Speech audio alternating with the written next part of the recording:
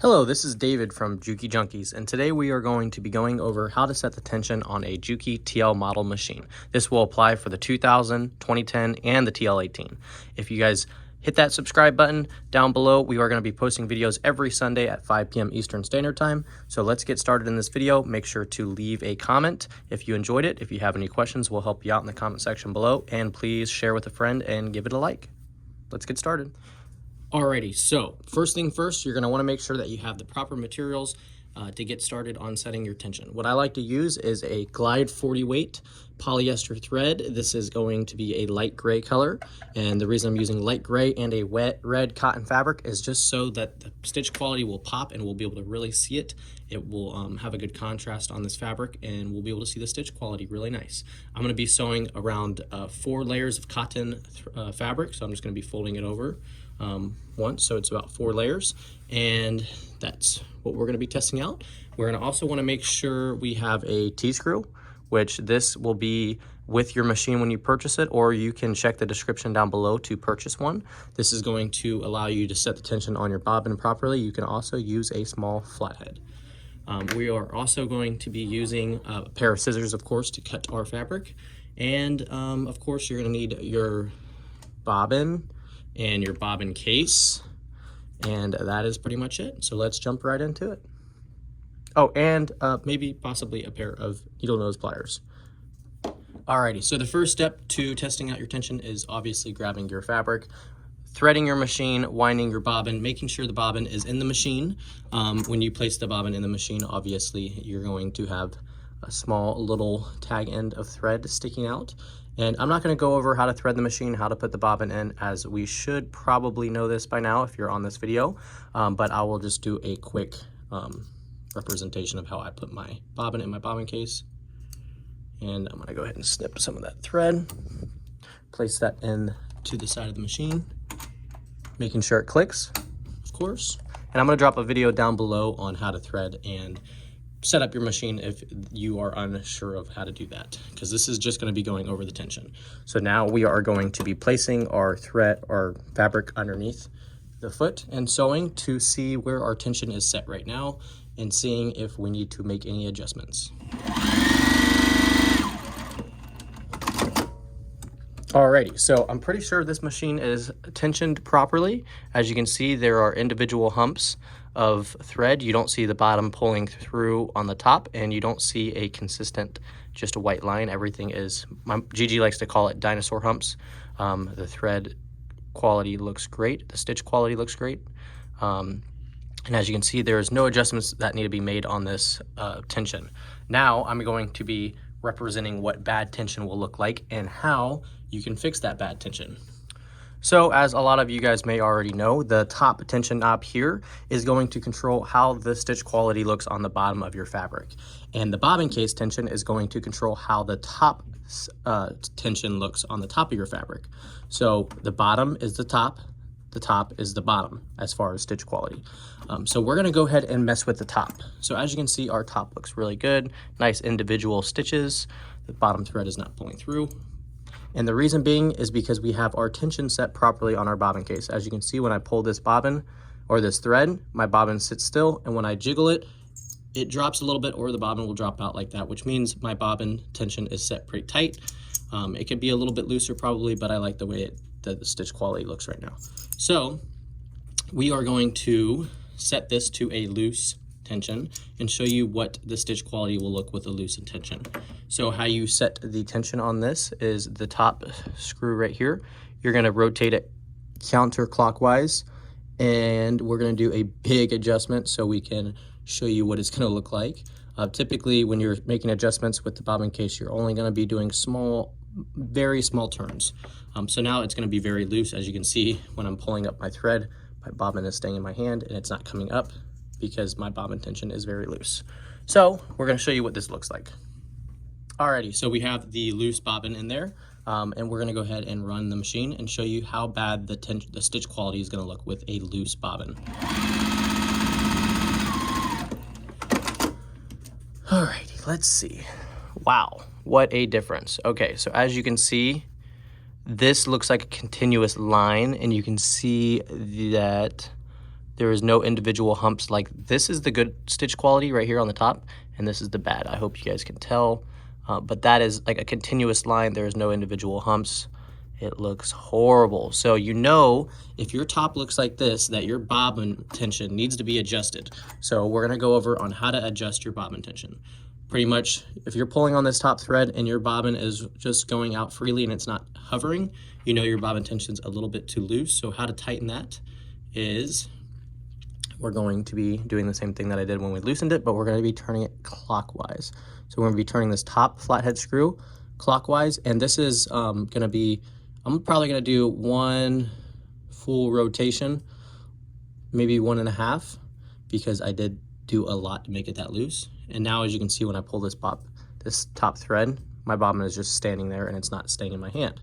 So now when I pull on this top thread, I can feel the tension on this bobbin, and it's probably a little bit too much. So I'm gonna loosen it up just a little bit, about half a turn. It's probably still a little bit too tight because when I'm pulling on this thread, I can feel it really pulling on my hand to pull the bobbin up. So we're gonna loosen that up. Okay, so that's about right. So now when I jiggle it, it kind of falls down, or the bobbin will fall out. But that's where I want it, where it kind of falls down when I jiggle it, or the bobbin will kind of just fall out. Alrighty, so now that I got the tension on my bobbin set right, where it's, when I'm pulling up, it's going up with thread, but it's also not dropping down too crazy. When I bounce it, it drops down just a little bit, or the bobbin falls out. That's where I like my tension to be.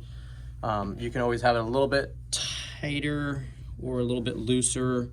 It's that kind of turns into preference as far as what you're doing. So I'm gonna put my bobbin in my bobbin basket, make sure it clicks, and we're going to go ahead and run the stitch and see what it looks like.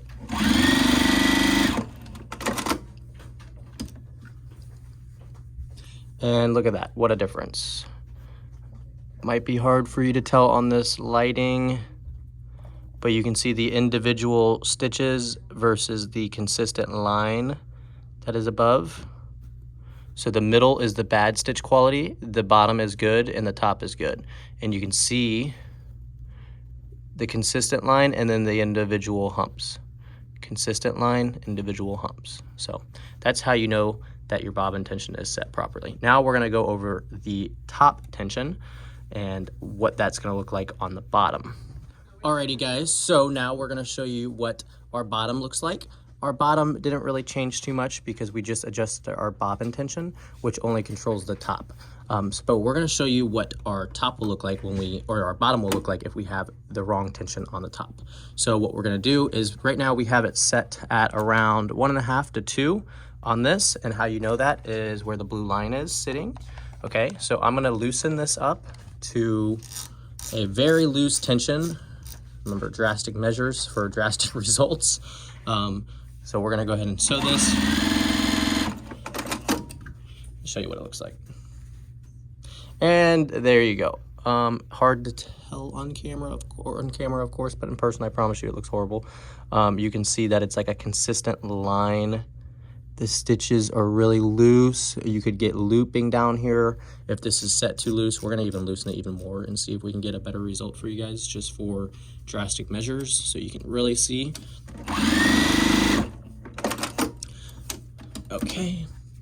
Okay, there you go. We got looping. So if your machine is looping like this, you know your top tension is way too loose. As you can see, it is really, really loose. And this may be this loose even if it's set on 1.5 or 2 or even 3, because that could mean that your spring is bad in here. So recently we had a machine where the spring, we had this knob turned all the way down to like 4.5 or 5 for like 6 months. And when we went to bring it back to 1.5 or 2, that spring was compressed so much that when we brought it back to 1.5 or 2, we had looping, which typically 1.5 and 2 on the top is a great tension to have, and you'll have good stitch quality, but we had looping like this. So if that happens to you guys, what I would recommend is you take off this knob here. I'm not gonna really show this in this video. We can do a separate video. Actually, we'll go ahead and show it. You're gonna take off this knob here. You're gonna loosen it all the way to the left if you're having this issue, making sure that the black piece stays right there in this piece, and then this little metal piece comes off right here. and then this spring comes out like this. And what you can do to fix this, if you're set at 1.5 or 2 and you're still having looping on the bottom, you need to stretch out your spring, your tension spring. And what you're gonna do is you're just gonna put a needle nose plier in there like that, and you're just gonna stretch this spring out. I'm not gonna do it on this one because this one's fine, but you're just gonna pull this spring down really far, just stretch it out, not too crazy. And then you're gonna put it back in your machine, and that'll fix that issue with the loose tension and having that looping. And we had to do that recently to a machine that was sitting with the tension knob set at like 4 for a long time. So that is just a great little tip for you guys if you guys ever need to do that to your machine. Because that could definitely be an issue if you're experiencing looping on your bottom tension for a very long time. So now how to set your bottom tension, of course, is you're going to just tighten up this top knob. We're gonna set it to like 1.5 or 2. And obviously the top looks good. And the bottom looks amazing. As you can see, there is no looping, there is no consistent line. It is nice individual humps, dinosaur humps, and our tension is set properly. So guys, I hope this video helped you guys. I know I tried to make it as quick as possible. I know it's probably not as quick as it seems, but I want you guys to just take these tips that I taught you on how to set the top, how to set the bobbin tension, and play around. Oh, I forgot to put this in there. I can put that back in there real quick. And play around with your tension knobs, making sure that you set your tension properly to exactly what you want it to be. It's kind of up to you to set your tension perfectly. Everybody has a different stitch quality that they want to achieve, so you can play with these tension knobs and set it to where you want it to be. I would also like to recommend that if you guys are using industrial thread, and you're using different types of threads on your machines and in your bobbin case, that you purchase multiple bobbin cases for that different thread weights that you may be using in your machine, so you don't have to set your tension constantly. You can just have one bobbin case for your industrial thread, one bobbin case for your 40 weight thread, and that'll make you guys a lot happier sewists. So I hope you guys enjoyed the video. In the link in the description of this video, we're gonna have the bobbin case, the T-screw, and we're gonna also have a link to JukiJunkies.com. This is our online store where you can check out all of these beautiful Juki sewing machines. And of course, I hope you guys have a great day. Make sure you hit that subscribe button, leave a comment down below if this helped you out, and share with a friend. Thank you so much.